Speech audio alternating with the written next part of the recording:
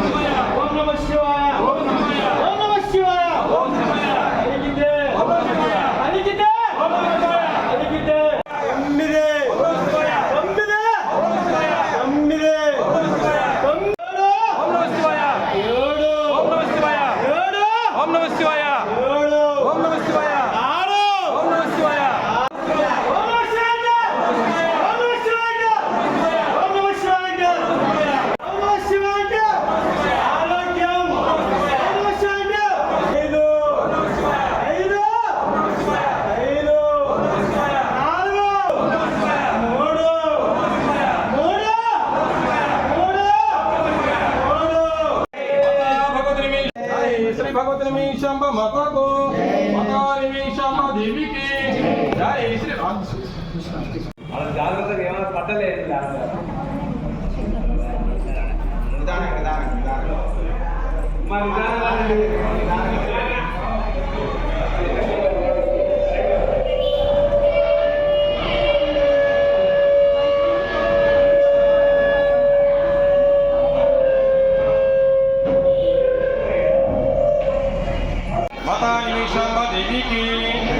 స్థానిక నంద్యాల మహాపట్టణంలో ఈ రోజున మరి ఆషాఢ మాసములో 4వ శుక్రవారం పురస్కరించుకుని మాతా నిమిషాంబాదేవికి శాకాంబరి అలంకారంగా మరి అమ్మవారిని మహాదేవి ఆది పరాశక్తి గౌరీశ్వర వినాయక మహాదేవికి శాకాంబరి అలంకారం అలంకరించున్నాము.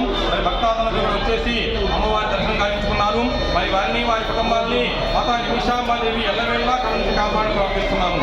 అయితే మళ్ళా వచ్చేసి ఈ రోజున ఈ విధంగా ఈ సమయంలో మరి కుంకుమార్చన ఉంటుంది ఉదయకాలంలో.